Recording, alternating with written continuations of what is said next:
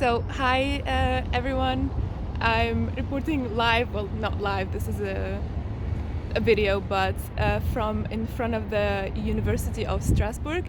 And I've been here yesterday and today as part of the European Student Assembly. I'm representing the University Alliance Unite, and I'm a student from TU Darmstadt in Germany. And we've had the pleasure to work yesterday and mainly today on several topics that are very relevant today in the European Union, but also in the world, such as safety on social media, cyber safety, agriculture, and how does the economy of tomorrow look like.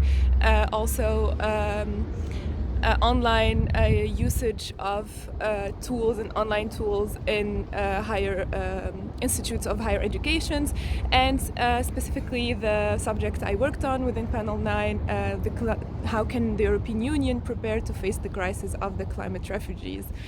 All in all, this has been a very beneficial and positive experience because we got to meet with students from different nationalities in Europe, and it was a great opportunity to come together, share our ideas, criticize each other's ideas, build upon them, and reach a consensus to put into 10 different recommendations per panel to the European Union, to the European Parliament.